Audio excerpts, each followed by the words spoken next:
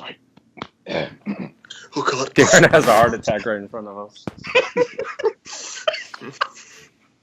Could you imagine Dylan? Darren's still on the call and he's being carried to the hospital, and Dylan's like, "Yeah, Lady Bird was pretty fantastic." Why do you still have the earphones in? I have to do my top 10. I have to know what's number one. All right. So okay. So the last credit here coming at you guys with our latest podcast. We're coming at you guys with a top 10 movies of 2017 Top 12 in March. Top 12. What? Yeah. You have 12? All right, let me count again. 1, 2. Oh, okay. Well, yeah, top 10 and 12 of 2017. We're doing that. 15. Yeah. I have 13. Actually. Okay. All right. So yeah. All right. So we're doing a top 10 through 15 list of 2017. It's actually top 10. That was a joke. Okay. So. So do I have the most? I take it I have the most, unless Darren's hiding out or holding out on us. Mine's actually 40. Actually, I went all in. Damn. I ranked every single. Motherfucker, I can go 30. 74. So I can go to 72. So, but yeah. Anyway, we're doing a top 10 of top list of whatever. We're doing a list of our favorite movies of 2017. We waited a little bit because not all of us live in parts of the country where we get all the Oscar fare and some of the smaller movies. We do get some of the bigger movies, but we just wanted to wait a little bit. Wait up till the Oscars premiere, because technically that is the end of the year, sort of, kind of, maybe, of the movie season. So we just waited till then, and we do want to share our list, how it's going to work. Oh yeah, by the way, I'm Darren Lacey Jr. I'll be your host today, and I'm also joined by Miller Farrell. Miller, how you doing? Good. And I'm also joined by Dylan Boyd. Dylan, how you doing? good. That didn't sound too good. Okay. Dylan's the next one to go. So, how this is going to work, we're just going to, each one of us, we're going to do our first five out of our list, or with Miller, his first 6. Yeah, we'll end the first part of each list will end at 6, regardless. Okay. So we're going to do our first 6, and then we're going to do our next 5. We're going to split up the list. And then at the end, when we're moving toward our number 1, we're going to do our honorable mentions, and then continue on from there. So, who wants to go first? I'll go. I want to go last. Okay. I'll go first. So I want to go first. Oh. Oh, wait, Miller, you go first. No, go ahead. You sure? Do it. Yeah, go ahead, Miller. Go ahead. Okay. Do it. Go ahead. Girl. I'm going Go. first. Say Okay. it now. 1. Can you hurry the fuck up, please? Now. I was just making sure I had as many as I said, so I didn't What are say, you like, my doing? number 12 Come on. is, and then it's actually my number Come on. 13. Okay. Is it 12 or 13? It's Damn it. 13. I was just double checking. God. Okay, so my number 13 film. Not your number 13? Yeah, that was a wrong time to. I don't know. My number 13 film is The Killing of a Sacred Deer. Woo! This almost didn't make it. Jesus. This almost didn't make it in, but I added another movie from my honorable mentions into the actual list. So I was like, okay, I'll add Killing of a Sacred Deer too, because I wasn't that much of a fan of the writer's writer's last film, The Lobster. I loved the concept. Started out great, but just became very tedious. Killing of a Sacred Deer kept my attention the entire time. It got a little, like, with the rules the world presented, it got a little, like, kind of like Life, where you're not sure exactly where this can stop, which is a little bit of a problem. But they didn't take it too far, which was nice. But it's just, it's a film that pulls you in right from the beginning and just never lets you go. Colin Farrell, the whole cast is Nicole Kidman. They're all fantastic, and you really feel like you're becoming Colin Farrell and like getting in the head of him and what he's going through. So yeah, great movie. Check it out if you haven't. If you can, show it to like a bunch of old people, because the reaction. I got to work at a movie theater and I snuck in. So morbid here. Sorry, but I used to work in a movie theater, snuck in during Killing a Sacred Deer, and just the audience reaction during a couple of the scenes are just incredible. But yeah, definitely check it out. It's really good. Okay, my number 12 film is Get Out. I think this film is overrated a little bit. Like, I think once you've seen it and you know what's going to happen, I think it loses something. But it's still a great movie that blends multiple genres really well, and it just like it's very entertaining, great to see with an audience. It had some like there was one particular moment where there was a scare cue, and it was embarrassing. I can't believe they let that in there. But especially with how like well the horror is handled everywhere else. But yeah, definitely a unique movie that is appeasing while also being different and really being unique and standing out. Okay, my number 11th film is The Lost City of Z. I think Darren fell asleep during this one. Yeah, I fell asleep. You thought it was boring, Dylan? You thought it was boring, Dylan? Yeah. Oh. Well, I think when they're on the when they're in the Amazons or whatever, that's great. Everything else is just God. Robert Pattinson. Oh, so like the main part of the movie, you mean? Just like, yeah, just when they're not exploring and shit. Oh, okay. Yeah, Robert Pattinson. Oh my God, he's such a good hero. Because like when I first saw him in the movie, like I was like, oh, like I knew he was in it, but I'm like, oh, that's Robert Pattinson. Holy shit. But yeah, like the rest of the cast, in addition to Robert Pattinson, is fantastic. It's great to see Charlie Hunnam really sink his teeth into a role. You don't really, if you watch Sons of Anarchy, you see that, but like with the other roles he has, you don't see that all the time. Or at least more lately, and it just reminded me of a classic adventure film. It felt long, but I liked that. Like I never felt like I wanted to leave, and it had some issues with pacing. Like there'd be big leaps of times, and you're just like, oh, okay, that just happened. It never really explains it. Yeah, it's just very like you kind of just have to like, okay, Tom Holland is. Oh, I shouldn't say that. It's kind of a spoiler. If you don't know, you exactly know what's up. Are we spoiling any of these? I'd say it's better not to, because you're recommending them to people. I mean, granted that a lot of people have seen these, but yeah, definitely probably not for everyone, but a great movie if you know what you're getting into and that sounds appealing to you. So, my number 10 film is probably the most surprising film on this list for me personally, because from the trailers I was kind of like, I don't know if that's going to be very good given the director's history, but Only the Brave was fucking fantastic.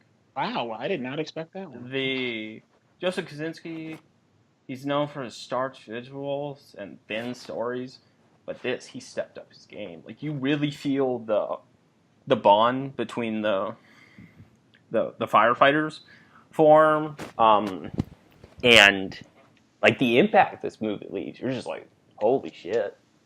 You can't believe like how this movie affects you in more ways than one. Yeah, and like the bond the firefighters form, that goes with the acting. Everyone's fantastic, or everyone that matters. From what I remember, Miles Teller, he had a good year because the Thank You for Service was good too. And Taylor Kitsch, this is like the perfect type of movie for him, and he's a blast to watch. Josh Brolin, Jennifer Connelly, they're also really great, and you buy their chemistry really well. But yeah, my number 9, I know Dylan's a big fan of this movie. It's Before I Fall. What the fuck, Miller? You knew that was coming. Come on. You knew that was coming. Fucking kidding me? I really Before like I this. Fall is my top 10 worst of the year. Do you know where it ranks? I can look. Hold on. Okay. Before I Fall, I really like this movie because it reminded me of, well, the director. Like, this easily could have been a. I feel like with a movie like this, directing is the least, or it could be the least important part because you've got the writing. It's like it was based on a book. You get the writing and you got the cast, and they all got to look. They're like, Before okay. I Fall is 66 out of 73. Oh, okay. So And the but yeah, the cast is like, okay, you need the cast for like this YA movie with a bunch of pretty looking teenagers, and you need the writing because it's based on the book. And then but Rai Russo Young, she just brings so much personality. Like it was shot in Canada, I believe, but it just felt like you're transported into another world. Like I felt like I was watching Twilight again, which is nice because like it had that same look, and it's just and Zoe, I'm not sure how to pronounce her name, Zoe Detch. Hopefully, I'm saying that close. Deschanel? No. girl from Neighbors. Was she in Neighbors? Blonde-headed girl? I don't know. She was in Why Him with Bryan Cranston and James Franco. I know that. But yeah, she's just like, this is the type of performance that would make her, or like it's like her career is doing well now, but would make her a star. And yeah, this movie, it very easily could have been a generic YA movie, but it stuck with me, obviously. So yeah, definitely a surprising one.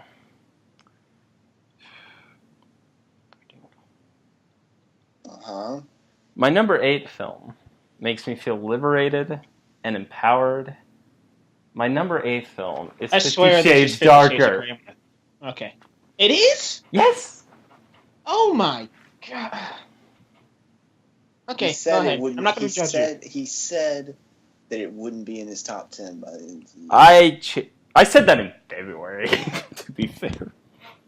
Or maybe March. It's just the build up to it. I didn't expect it. I can't believe, like, out of all the movies that you saw in 2017, that 50 Shades Darker was the 8th best. I'm not going to judge him. Thank you. I am. I want you to judge me because it makes me feel even better about my decision to place it. Makes you feel empowered. It does. Okay. And liberated. Well, I needed to build that up. I can't just say my number 8th or my number 9th is 50 Shades Darker. Like, it's not as good. But yeah, this is a wonderful movie. Is it 9 or 8? It's 8th, I think, right? Oh, okay. Yeah. I keep forgetting how many I have in this actual list. Oh god. This movie is wonderful. The thing is you hurt me first with Before I Fall. No, that's why I had to make sure Before I Fall was before 50 Shades Darker. You punch me to the ground and No, Miller. No, Dylan. He locked you up. He locked you up against the bed. And I spit in your face, a la Quentin Tarantino.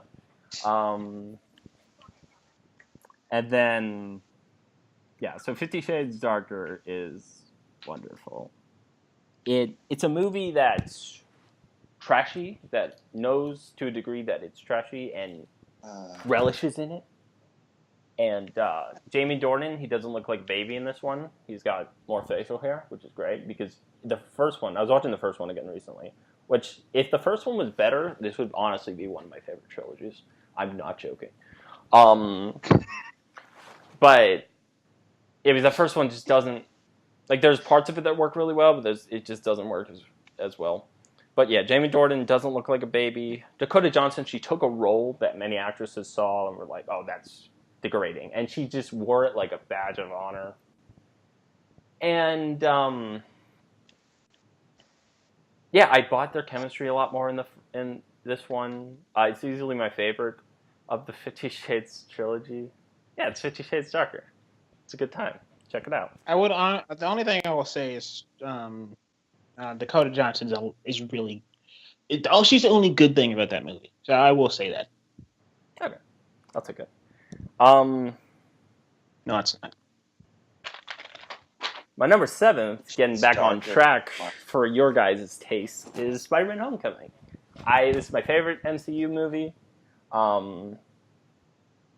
and probably the best since Captain America: The Winter Soldier. But yeah, this movie there are people have problems with this movie because it takes Spider-Man in a different direction. Like, he's not as conventional as he usually is, which I can totally get how, like, you wouldn't prefer it, but I don't think it makes it a bad movie. But yeah, just this movie works like so. Like, I thought it was gonna be good going in, but I had like so many preconceived notions about it because you had the fucking Vacation writers writing it, and Vacation is horrible. So I was worried about that. I mean, they weren't the owner writers, but they were like the writers that were announced to be doing it at first. And like, They were 2 of 6. Yeah, and you had a very like seemingly convoluted plot, and it was handled perfectly.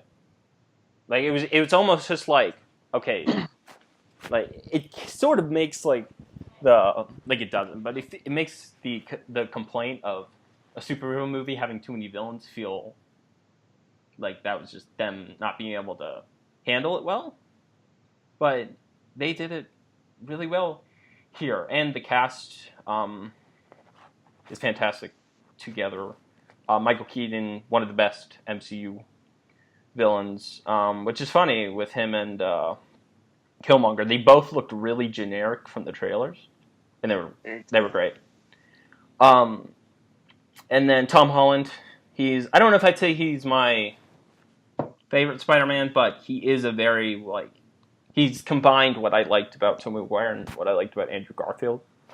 So he might be, yeah, and I'm excited to see him continue on in this role. And it just had such, like, a fun, like, it was paced well, which I think is usually a big problem with the MCU movies. John Watts added his own flair to it, with it still being like, okay, you gotta checklist, you gotta do this, this, this. So yeah, Spider-Man: Homecoming, great movie, and it shows like, okay, this can be so much, or this can be so much, despite like people being like, oh, it's another Spider-Man movie coming out. Yeah, now people are back on board. Yeah. So I got one more. Number 6 is A Good Time. Robert Pattinson. My God, I've been a fan of his since Twilight, and to see what he's doing now is truly exceptional. This is like a pulpy but gritty and dark, heart-pounding thriller that just keeps you interesting. It never gets repetitive with like, okay, it's just him doing making more bad decisions. You're always like, okay, this guy isn't good, but I'm enthralled in seeing what he's doing. So, yeah, I'm excited to see more for what. I'm obviously excited to see more for what comes out of Robert Pattinson, but more out of what comes out of the Safdie brothers, because they really know what they're doing, and they have a clear Suicide vision. Squad 2, and that would have been fucking incredible, but they turned it down. They were? Yeah. Yeah. Oh wow. Yeah. That would have been fucking amazing. I forgot that happened. We got fucking Gavin O'Connor. They really were? For real? Yeah. No, we're lying to you. Wow, that would have been great. Ugh. Okay, so yeah, that's my 13 through 6. So, all right. Well, Miller was not lying. For a second there, I was like, he doesn't have a 13 through. Oh, he does. Okay. So, we're going to move on to mine since Dylan wants to go last. Right? Why do you want to go last, Dylan? I don't know. I just like you like getting the stupid list out of the way. I just always like going last. All right. Cool. Anticipation, you know. Yeah. Yeah, I just didn't know there was a specific reason. Because I'm sure totally. everyone cares about mine the most because I'm the most important. So Well, you have the most. Like, I'm contaminated. Darren is somewhat there, and you have the most classy palette because you truly understand what film criticism is. Hey Miller, Yeah, fuck you. All right, so it we're was gonna a move on joke. to number two. I know it was a joke, but my list is pretty classy though. Huh? What? I said my list is pretty classy though. Okay, that's good because I literally I didn't know what to say and I was like, I said classy and then I was like, that wasn't the right word to say there. all Okay, right, Darren, so moving. All right, so my number 10 is The Shape of Water. I love this movie. I really do. It took me a while. I kind of juggled back and went back and forth to adding this. It was a little higher at first, but then it was a little lower. But was it landed ever at off the top. list? Momentarily, yes. When I finalized it, I took it off, and then I was just like, I'm lying to myself because I really like monsters. I love monster movies. I watched Spring earlier, which if you haven't heard of that, oh my god, it's so good. It's a great romantic movie. And it's about two people falling in love, and one of them is a horrifying creature. And this one is the Guillermo del same. Toro is going to get a lawsuit thrown at him. And this one is a bit Another of the one. same thing, but also not. I love period piece movies. I like that this movie. I had a conversation with a friend about it at work, and we were talking about he was really describing like how this movie is it talks about social issues for the now in a brilliant way as well without beating you over your head with it. It's sewn in very perfectly. And Sally Hawkins' performance, she's not going to win on Sunday. I know. I'm accepting it. She should. I know she's not, but she's the best performance of the year for me. You losers. She was the best female. Oh, what you say, Miller? I said incorrect. Saoirse Ronan should. You losers. I mean, okay. that would be cool too. But Sally Hawkins, she just creates such a fantastic performance. Though Toro's direction, this movie does not work without him. Especially how, and Miller, you've said this before, how it's an age-old story. You've seen this story before, but he makes it feel so new and so fresh. So I love this movie. And the score by Alexander Desplat is incredible. I really love this movie. Number 9 is the Brawl in Cell Block 99. This movie is beautiful, brutal, and a star package for Vince Vaughn. This is a Vince Vaughn performance you've never seen before.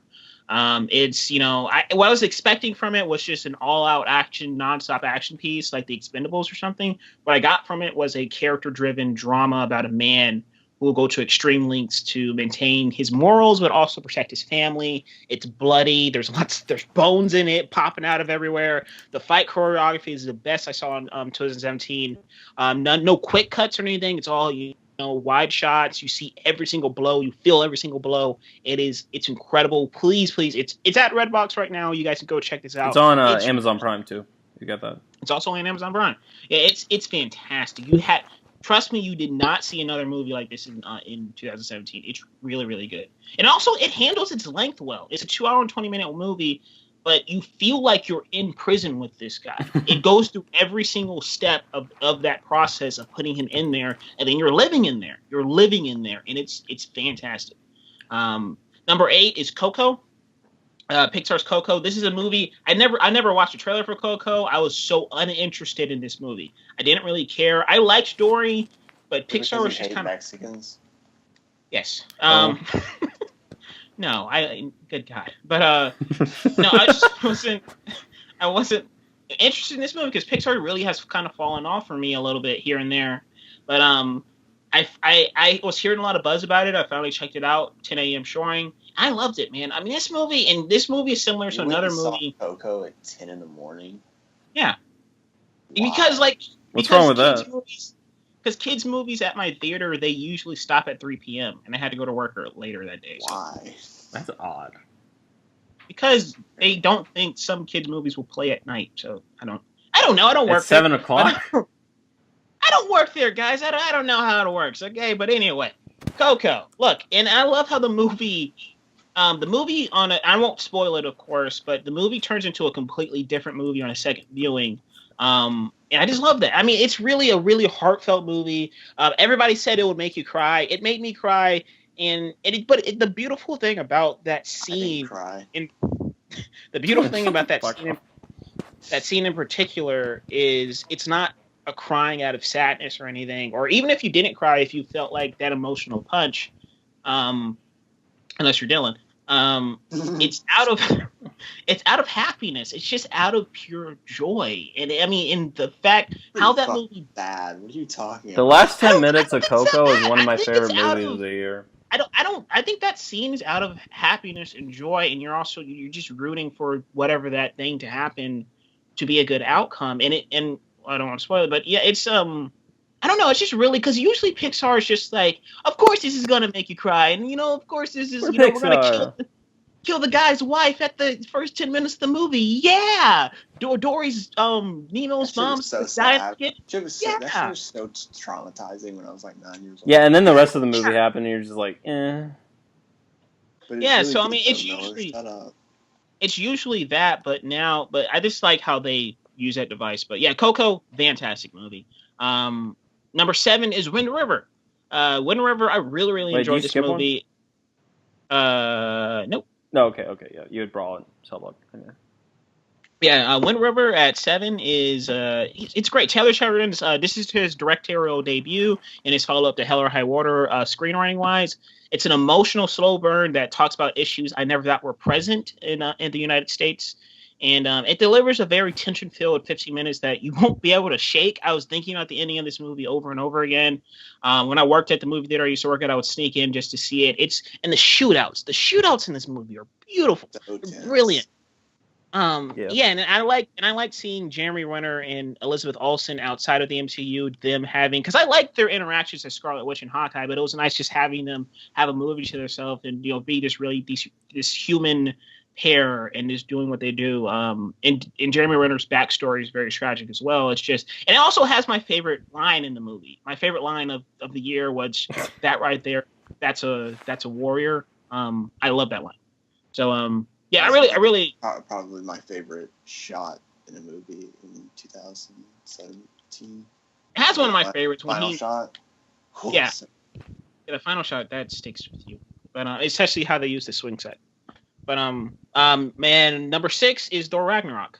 Thor Ragnarok, this was a blast for me. This was my favorite MCU movie. Well, no, it's not. It was my second favorite MCU movie of 2017. It was a blast. Yeah. It was a blast. I don't know what it is. It was a blast. Taika Waititi and Chris Hemsworth did a fantastic job. And how this movie introduces so many characters, has a fantastic ensemble, has Valkyrie, but still keeps Thor in his central focus. He's still the most interesting guy while being surrounded by immensely interesting people. The set pieces are great. It gives Thor the best arc in the MCU. The score is beautiful. It's cosmic craziness. I freaking love this movie. I mean, and it brings all of Taika. I freaking love it.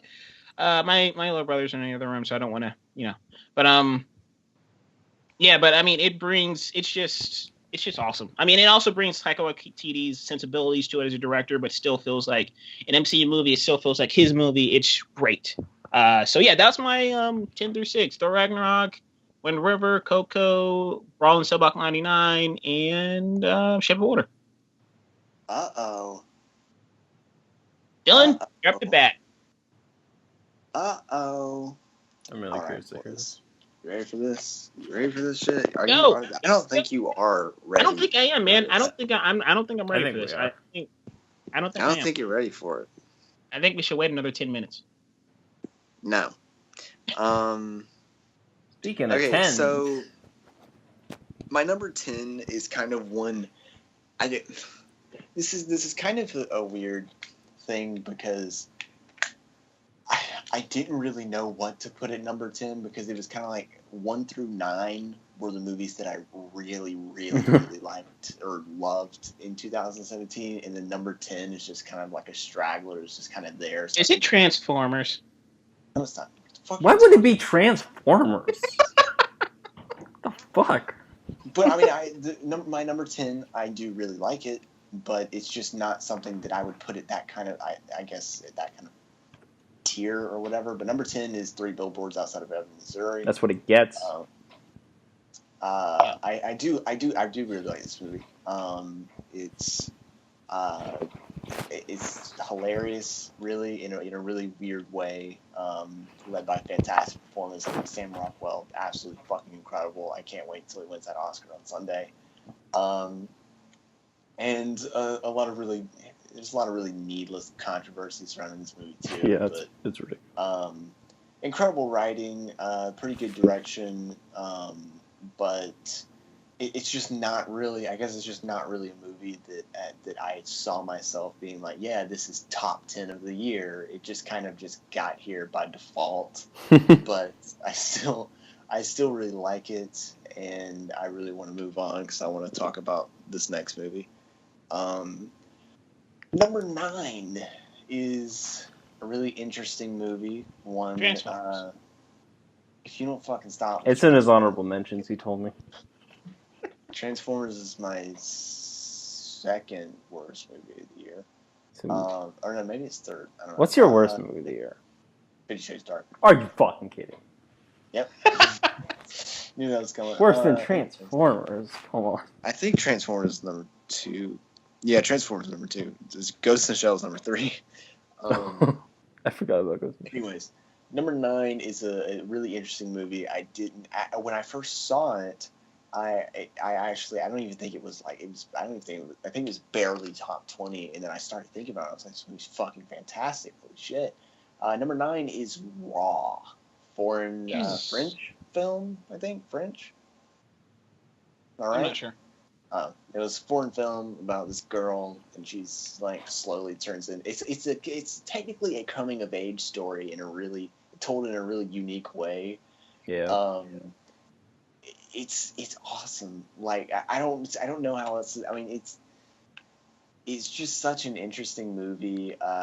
That's such a unique, interesting movie, and led by incredible performances. I can't pronounce her name, nor can I really remember it. But the lead actress, one of my favorite performances from an actress in 2017.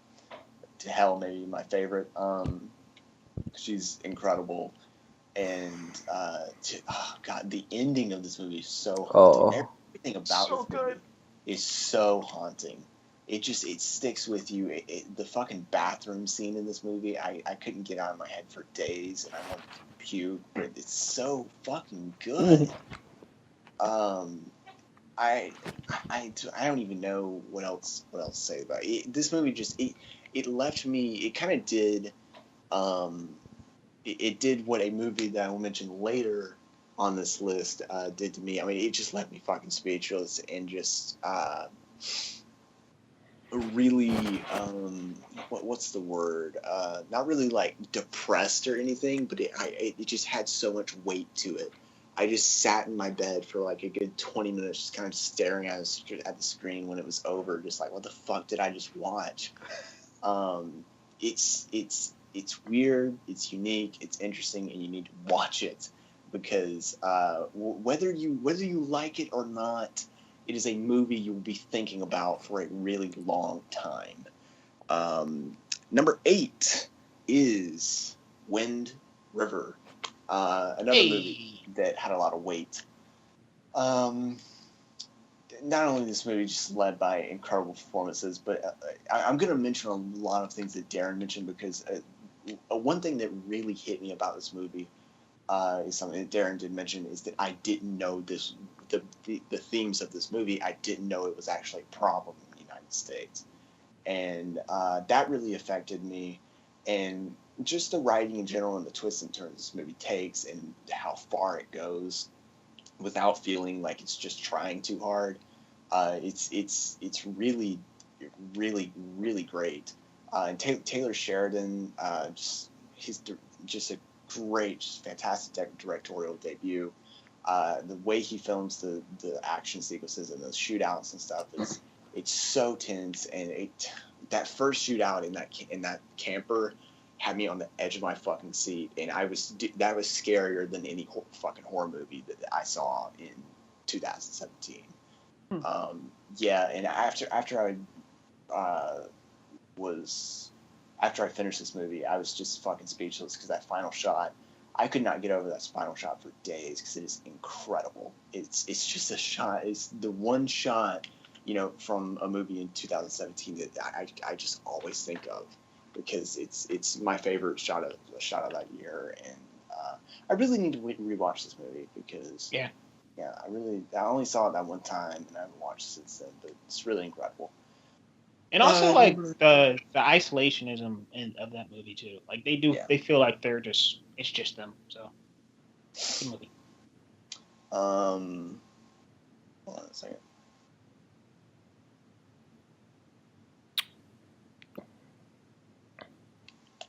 Okay. Number 7 is the movie that I was talking about. The other movie that really, really hit me hard, really stuck with me. Good Time.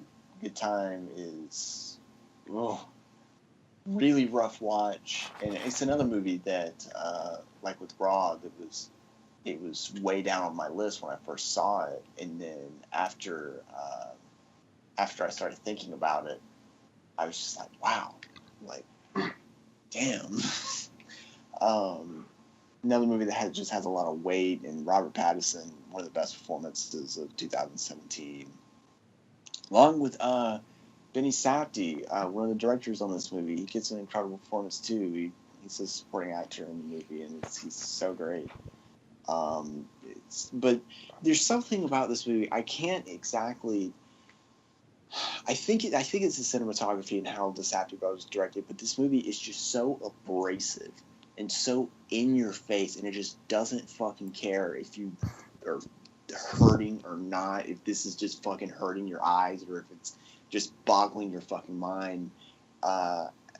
It's so fucking crazy, and it's a movie that really makes my head hurt because of just how abrasive it is, but I love it anyways because I think that's just what it's meant to do, and it's so the tone of this movie is so weird because it's kind of like in ways like a really really dark comedy, a really subtle dark comedy, but at the same time like a really it has.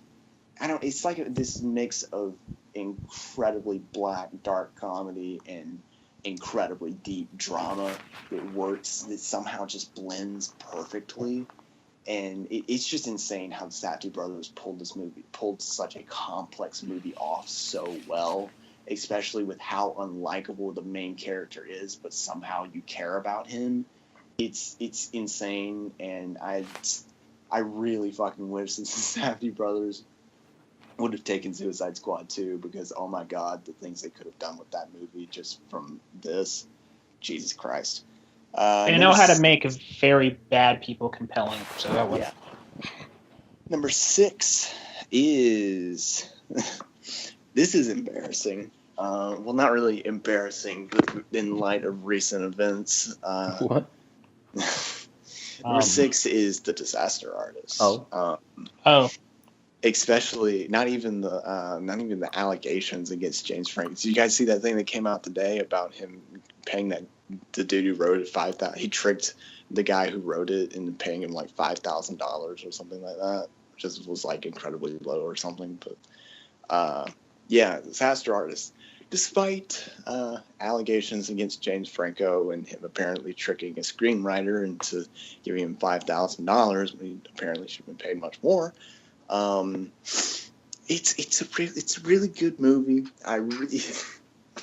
It's hilarious, heartwarming. I actually almost cried in the theater because the ending is just fucking beautiful.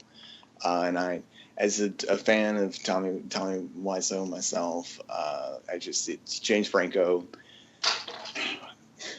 I feel dirty. I feel dirty praising James Franco. I mean, it's your own top 10 list, Dylan. You're not giving him an Oscar, so don't worry. But he's so fucking good in this movie. He's so good. It's probably my... Well, no. Well, I won't rank it because I don't feel like thinking about it. But he's so great in this movie, along with Dave Franco and the rest of the cast. And he does a great job directing too. But just hand it back over to Miller. But yeah, Disaster disgusting, Artist Dylan. is great. Alrighty, so we're going to go back through to Miller, and you're going to go through your top 5 and then give your honorable mentions. No, I'll give my honorable mentions before number 1. Okay, yeah, all right, go ahead. Okay, so movies we need to talk about. to Jesus. wash the taste of what Dylan just left with us out of our mouths. My number 5 is The Disaster Artist. No, it's not. That would be good though. Okay, That would I was be about good to say though. that was a. That would have been good though. But no, my number 5 is A Ghost Story. This movie, it takes a little bit to get going, but after the pie scene, it really gets going, and it's so like you can't believe what you're watching. You can't believe it exists, but you're so glad it does, and it's so mesmerizing with the directions they take, even as something as the simple as the ghost sheet. You're just like, oh, like they do it, and you're like, that's genius. And just the twists and turns this movie takes, and just the how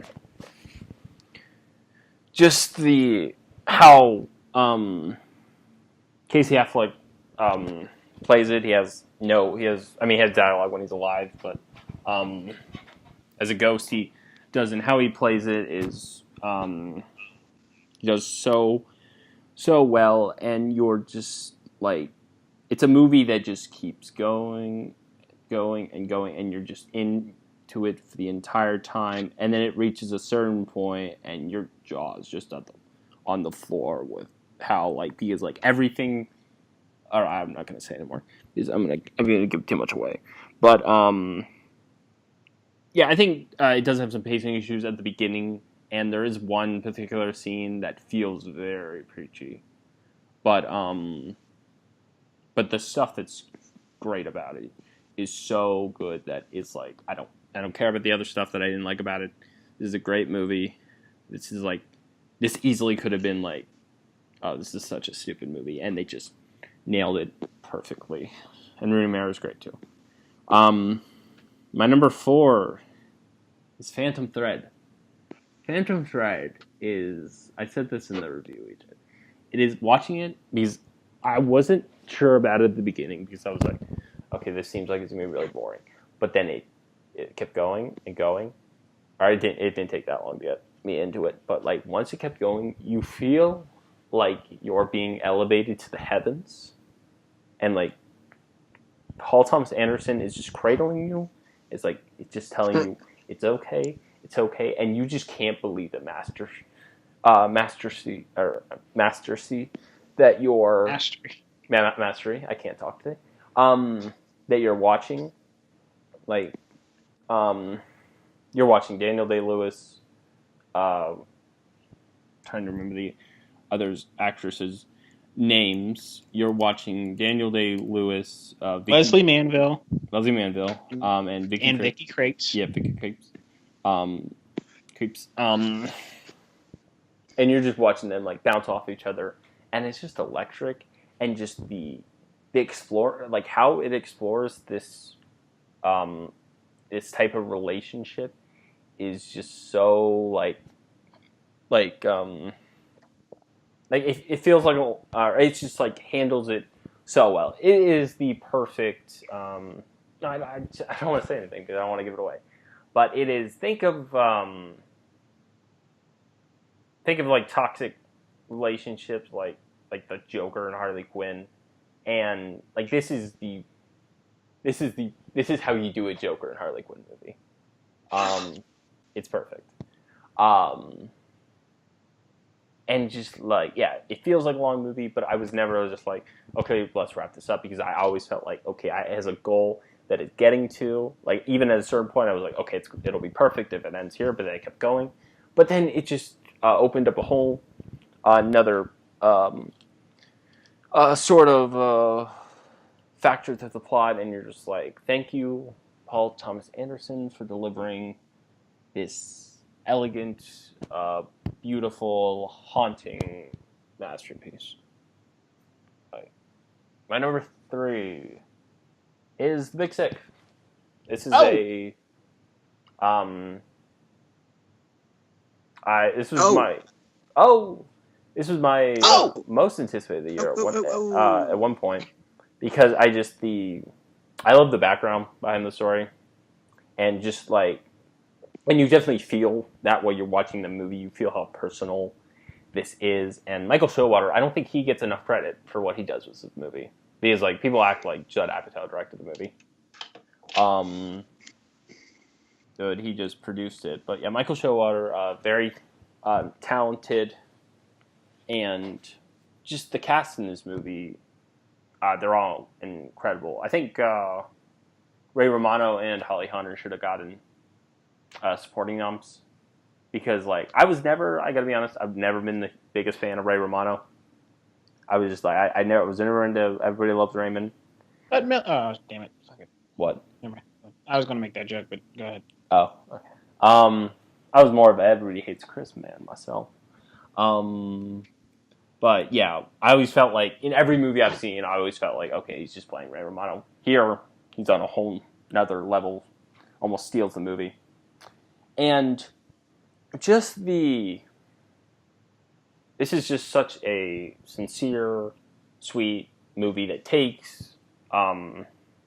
that just raises the rom-com to another level. It does, I've seen it twice, and the second time I saw it, it did feel a little bit long, but I also get it. I also think it made sense in the length, because it's like, okay, it just still has obviously it still has more of the story to tell, but yeah, this is an incredible movie.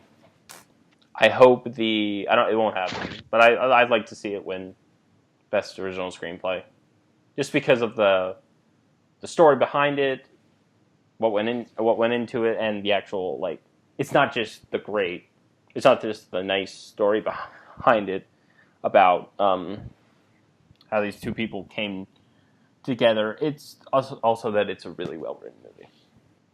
Like, it works for the people who just like are going in like, okay, I just want to see a nice romantic comedy, but it also works for the people that want more than that.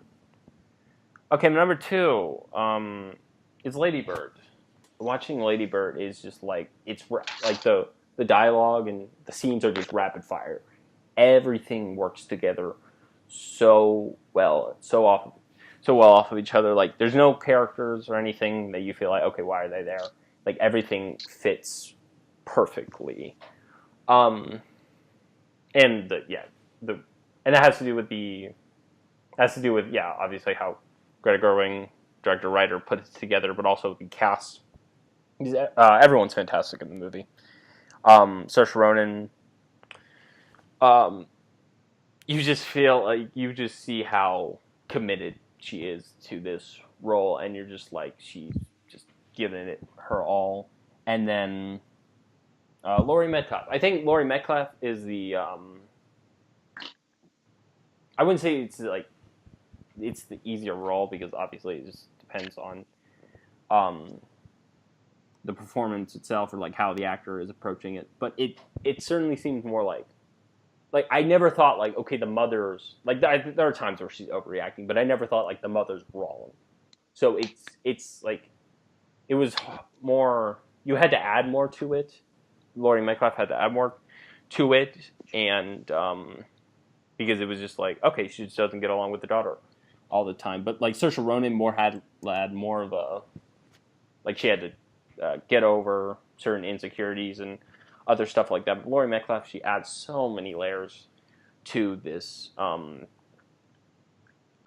she has so many layers, and she should definitely win the Oscar. She's not going to, unfortunately. It's going to be Allison Janney for giving a role. Given her a role we've seen a million times.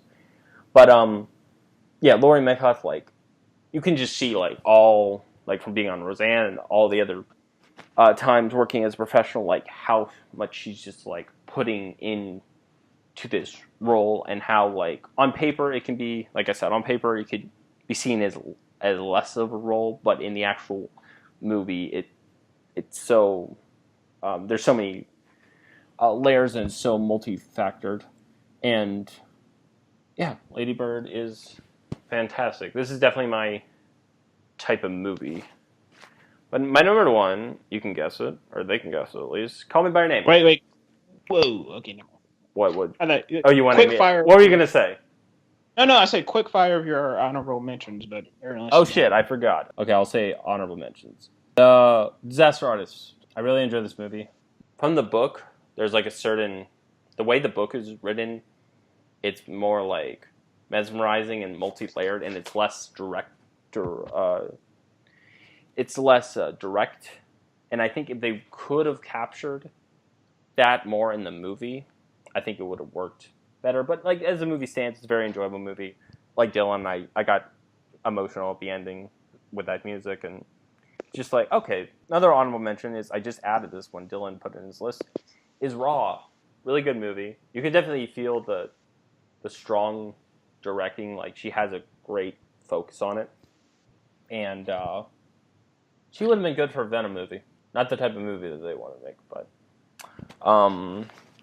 Yeah, they wanted to make a better movie, but go ahead. oh, well, we'll see. My next one is Dunkirk. Really good movie. This is the perfect movie for a honorable mention. I saw it in 70mm the first time, and I was like, yeah, it's good. But like, I wanted more out of it. Then I saw it again in IMAX 70mm in a dome theater, and I was like, okay, that was a lot better. I don't know if it was just the environment, or just the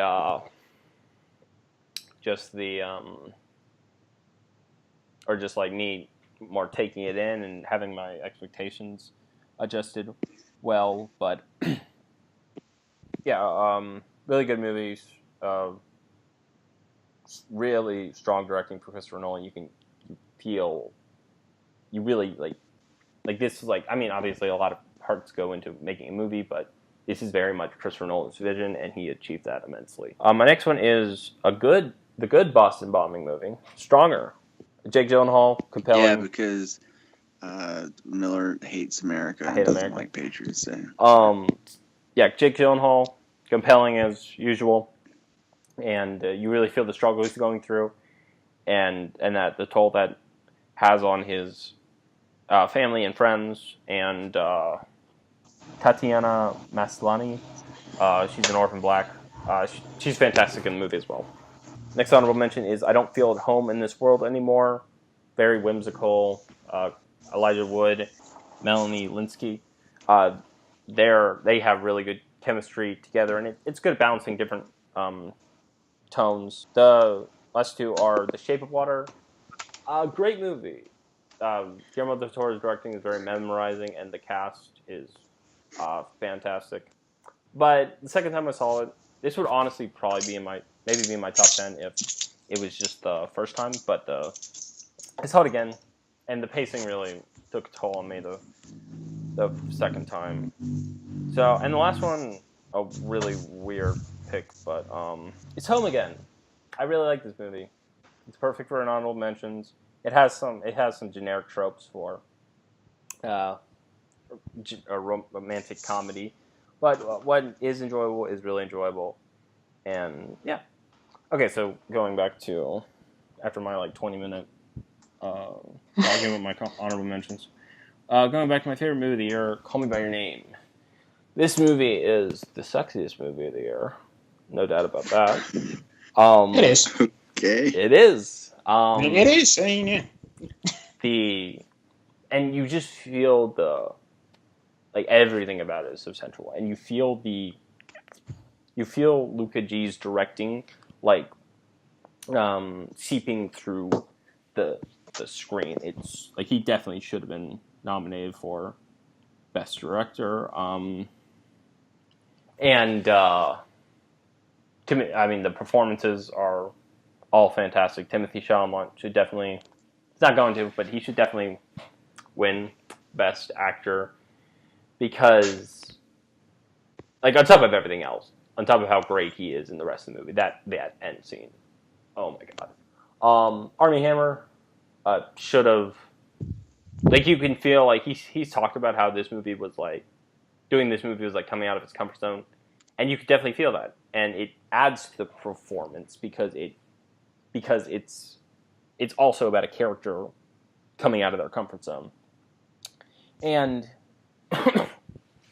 so he definitely should have been nominated. Michael Stuhlbarg, as Darren just pointed out, he's had one hell of a year. And he's in 3 of the 10 nominated movies. 9 nominated. He's had 9. Sorry. He's had a hell of a year. He's so good. Yeah, and this is definitely the best he's been. I would say he's the best. It's the best he's been in any of the movies. But he's also fantastic in Shape of Water.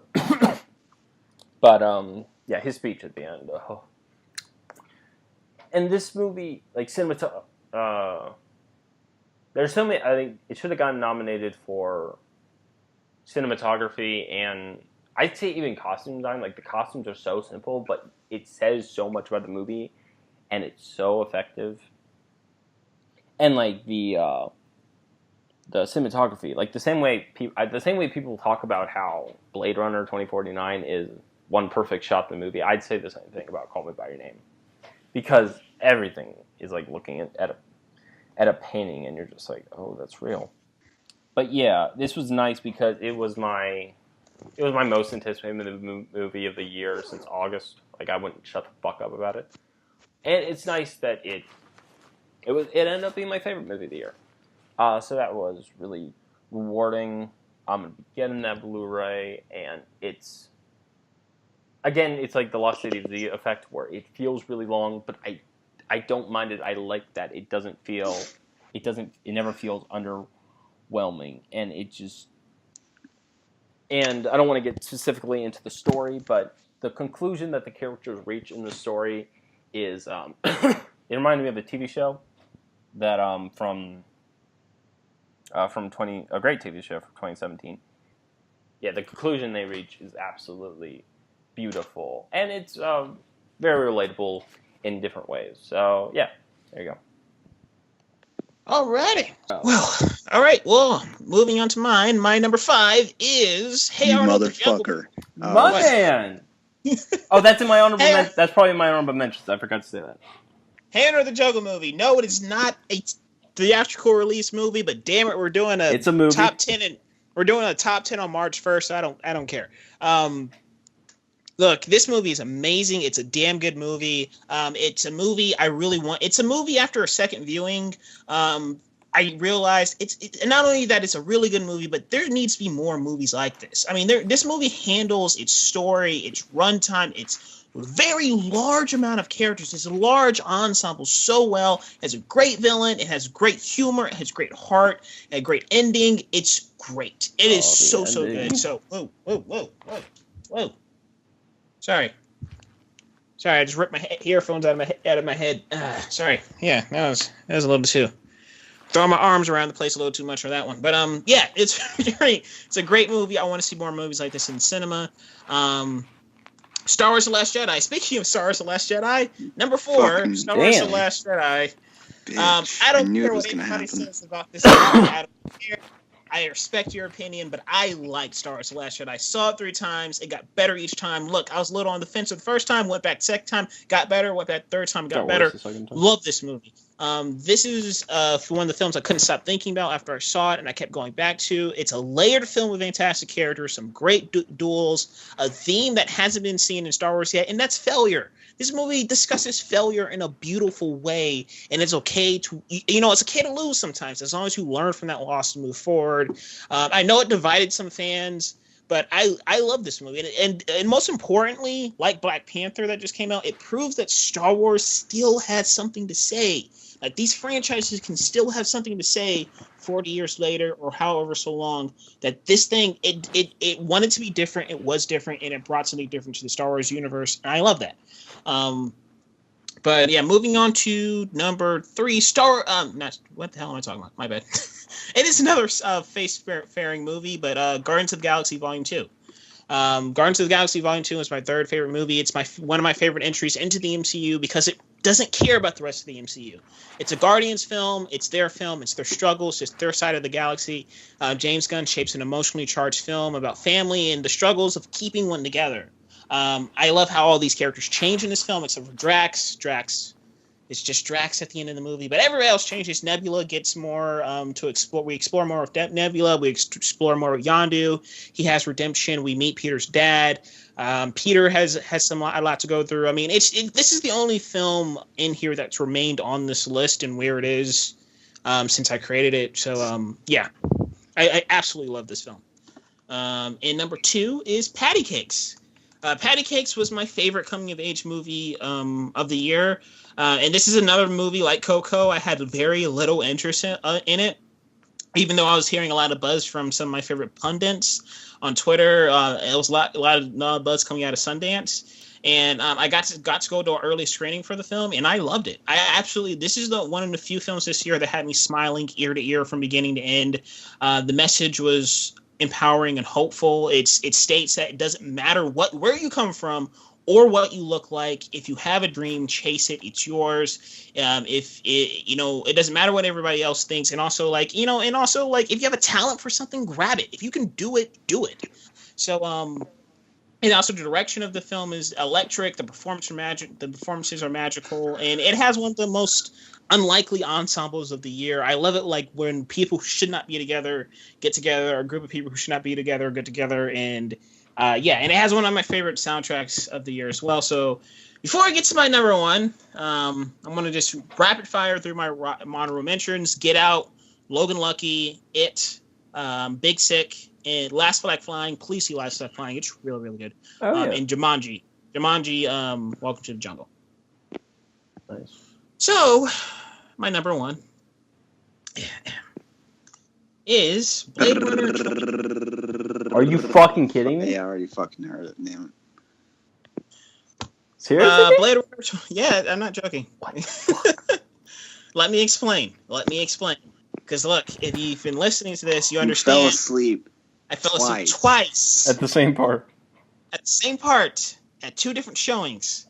Fell asleep twice. Yes, these movies commonly show the same part twice.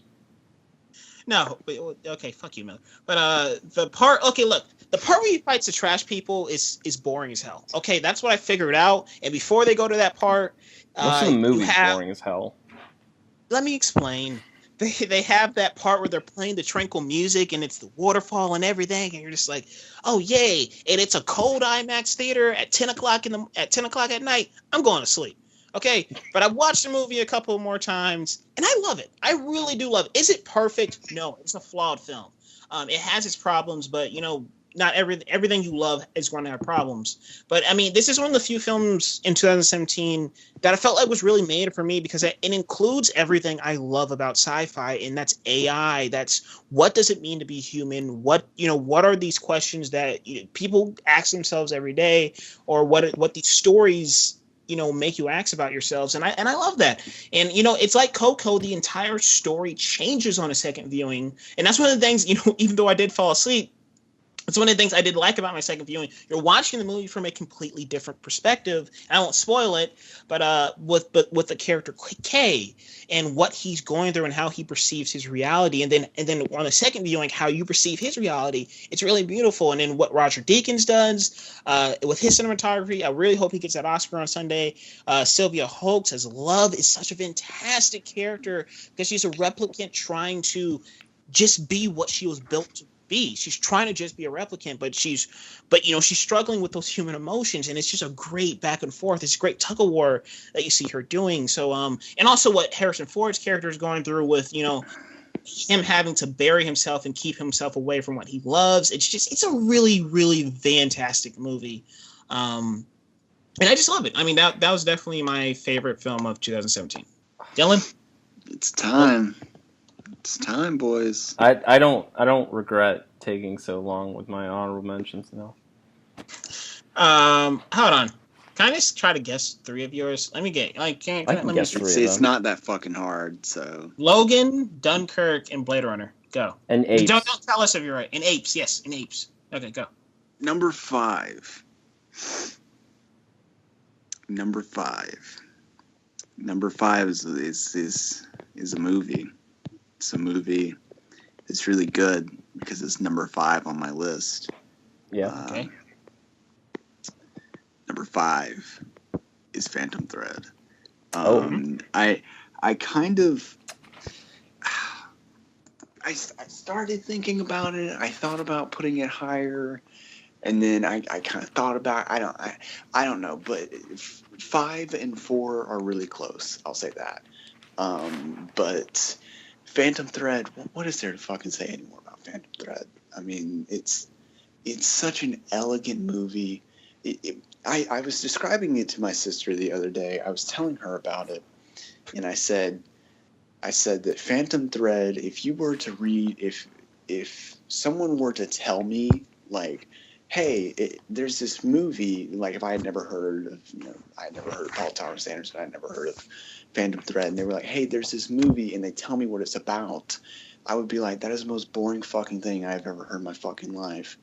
But when you watch the movie, it's so entertaining, and it's so weird because it seems like such a boring concept, but Paul Thomas Anderson just does it so elegantly, and just I really just Daniel Day-Lewis. I want him to win that Oscar. It's not going to happen. Fucking Gary Oldman's going to win, but I want my man Daniel Day-Lewis to win because he's so good in this, huh? You never know. They could just be like, Daniel, it's your last time. Yeah. Here you go. And Paul Thomas Anderson, he makes this movie so entertaining somehow, and I couldn't keep my eyes off the screen. It's so pretty and just so nice, and just it's very just I don't even know what to say about this movie. I love it so fucking much. I sometimes I can't really even explain why. It's just a movie that you just have to experience for yourself, and then you'll finally realize, like, oh my god, I get it now. Number four. You guys are not going to be happy about this one. Number 4 is Logan. Only comic book movie on my list of my favorites of 2017. And the only comic book movie in 2017 that I loved. Logan is an emotional send-off to one of the most iconic castings in cinema history, and one of the most iconic characters in cinema history. It's James Mangold just gives it his fucking all. I don't like the Wolverine at all. Idiot. It's just such a bland fucking movie, and such a good movie, man. But you could tell that wasn't. I mean, there was some studio meddling there, and wasn't all Mangold's movie. But here they just told him go fucking wild, and he did, and he fucking delivered. My God, this movie is just it. It's just relentless and fucking ruthless, and I love it. Anyone, you guys can say whatever the fuck you want about X-24. Still I forgot about him. Still love all the villains in this movie. There's not many things that I really dislike about this movie. The ending is absolutely perfect. The cinematography, it's incredible. Hugh Jackman gives his best performance that I still think he should have gotten an Oscar nomination for. Yeah, I mean, what is there to say about Logan that hasn't already been said? Second best comic book movie of all time. Don't even try to fucking argue with me. Number 3 is... Well, it's not really a surprising one because you guys already knew I loved it. But it's funny because of how surprised you guys were that I actually liked it. Number 3 is Lady Bird. The better version of Edge of 17. The much, much, much better version of Edge of 17. Lady Bird. Hey, can you laugh real quick? Just laugh, like really hysterically. Like seriously, like hysterically, like the Joker. Come on, you play Batman again. Come on, Daniel, David, come on. Come on. Okay, fine. What the fuck? What? Lady Bird is fucking phenomenal. Ever since I saw this movie, I actually saw this movie on a date, and that was really on a first date, and that was really interesting. I just when I got done, I wanted to go home and I wanted to give my mom a hug. Okay, and I wanted to cry because it's so fucking good. I love Greta Gerwig. It's just Lady Bird is just it just hits me. It just hits my heart, man. And it did to me what I wanted Edge of 17 to do to me. It's so relatable, such likable, fun characters, such great comedy and great dialogue, just phenomenal writing and phenomenal direction. Saoirse Ronan, I hope to God she wins that Oscar because she's so great. Yeah, I mean it's so relatable and so fun but yet just dramatic at the same time, and it's the good Edge of 17, really is. Number 2 is this is my second most anticipated movie of the year. Number 2 is Dunkirk. Oh, Dunkirk. Christopher Nolan, you madman. Christopher Nolan just once again just gives it his all in this movie. He's just crafted something with Dunkirk that not many filmmakers can. It's hard. It's really hard to achieve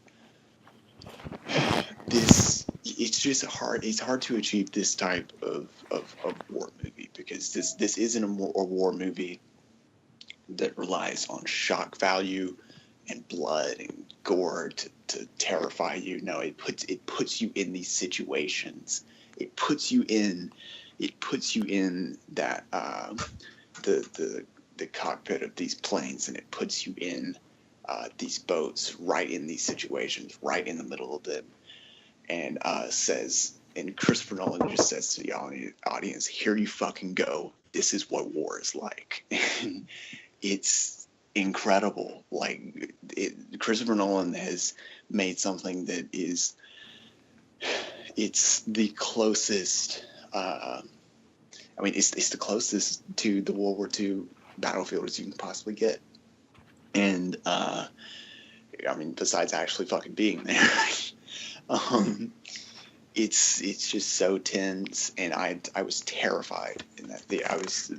I think I said once that Dunkirk is the best horror movie of 2017, and that is completely true because this movie is pretty fucking horrifying, and not even just the tension of it, just some of the imagery that you really see in the movie, like, and some of the choices that these characters have to make, like between drowning and burning alive, like it's horrifying. But yeah, Dunkirk, Christopher Nolan, phenomenal job. I can't fucking wait to see what he does next. Honorable mentions. Molly's Game. Great movie, great dialogue. Love Aaron Sorkin, great directorial debut. War for the Planet of the Apes. Great. Yep. Damn, Miller, you're right. I'm wrong with that one. Great. Great send off. Well, not really great send off, but great. Because they're probably going to be more, but great. Cap off to a fantastic trilogy. Ingrid Goes West, fantastic performances, a really dark story that's told in a hilarious way, and yeah, that's pretty much it for what I want to mention in my honorable mentions. So it's time. Do you guys know what's coming in I can't wait to fucking say it. My number one movie of 2017, my La La Land of 2017, Blade Runner 2049. Hey, that's unexpected. That's different. But Did you guys not think it was going to be number one? no, I didn't expect. No, I didn't expect me and you to have the same one. Oh, so I you didn't didn't expect expect Darren number to one. fucking Blade Runner as number one. Holy shit. Did you expect number one, Miller, for me? I mean, I expected top 5 at I least. actually expected Lady Bird to be your number I thought one. Logan. So, I thought Logan was gonna be number Yeah. one for some reason. I don't know why. Yeah. Until you actually said it was number 4 or whatever. Yeah, it was number 4. Yeah, number 1 is Blade Runner 2049. This movie just it hit me in my core, man. When I think I tweeted out that Blade Runner 2049 is why I love movies. It's a visual spectacle. I mean, it's a spectacle on all counts. Sound, visuals, acting, direction, everything. This movie has everything. And despite common criticisms of it being boring, I was never bored in this movie. I've watched this movie twice. I don't think it's boring at all. In fact, on the second viewing, it felt short. It felt a lot shorter than it did on the first viewing. I was actually surprised how quick it was over. Yeah, Blade Runner. Incredible cinematography by Roger Deakins, led by fantastic performances in Denis Villeneuve. I think it's probably his best movie. I have to think it's pretty much Prisoners versus Blade Runner 2049, but I think 2049 edges out Prisoners just a little bit. And what I love most about this movie is that with a lot of sequels to 90s, 80s, 70s movies or whatever that come out now, a lot of them don't feel they never really feel needed. It never feels like the story never feels like it was necessary or like it was something that had to be told. With Blade Runner 2049, this feels like something I absolutely needed to see, like something that needed to be told. It felt like they had a reason to come back to this universe, and not just, feeding off of 80s Blade Runner nostalgia, or the cult followers of Blade Runner. And it's just a fantastically crafted movie. It's just something that you could tell it's just so much care was put into it, and it's really a shame that this movie just absolutely bombed the box office, because Denis Villeneuve had like 4 sequels he wanted to do or something, and that I would have loved to see that, but that's probably never gonna happen. But hey, blame Warner Brothers and their marketing. This isn't Star Wars, folks. What's wrong with their marketing? There is something wrong with their marketing. Yeah, Blade Runner 2049. It was a 3-hour Blade Runner movie. Not everyone wanted to see that. Exactly, but also they were trying to shroud it in secrecy and not actually telling people what the movie was about. It's just like, dude, it's Blade Runner. The last one bombed too. Like, you have to it's not Star Wars. Yeah. So, I guess it was because it just gained such a cult following that they never did. Yeah, a cult following, not a following. Well, they thought it was a following. Anyways, but yeah, Blade Runner 2049, fucking phenomenal. Best movie of the year. Thank you, Denis Villeneuve. So yeah, that was it, guys. That was our top 10 or top 13 or whatever, however you want to look at it. So yeah, you can find Dylan at what were you guys' favorite movies of 2017? Please let us know in the comment section below. You can find Dylan at OG_MDB. Got it right. Haha. You can find Miller Farrow at Miller Farrow on Twitter. You can find Darren Lazy Jr. at Darren Lazy Jr.'s Reviews and at Darren Lazy Jr. I don't know why I spoke in third person. That was weird. But and you can also find us doing our Oscar predictions on Friday as well. and we're gonna be freaking out about the Oscars because it's this Sunday, and I have to work the first hour of it. Yeah. So all right. So with all that being said, this is the last credit signing off.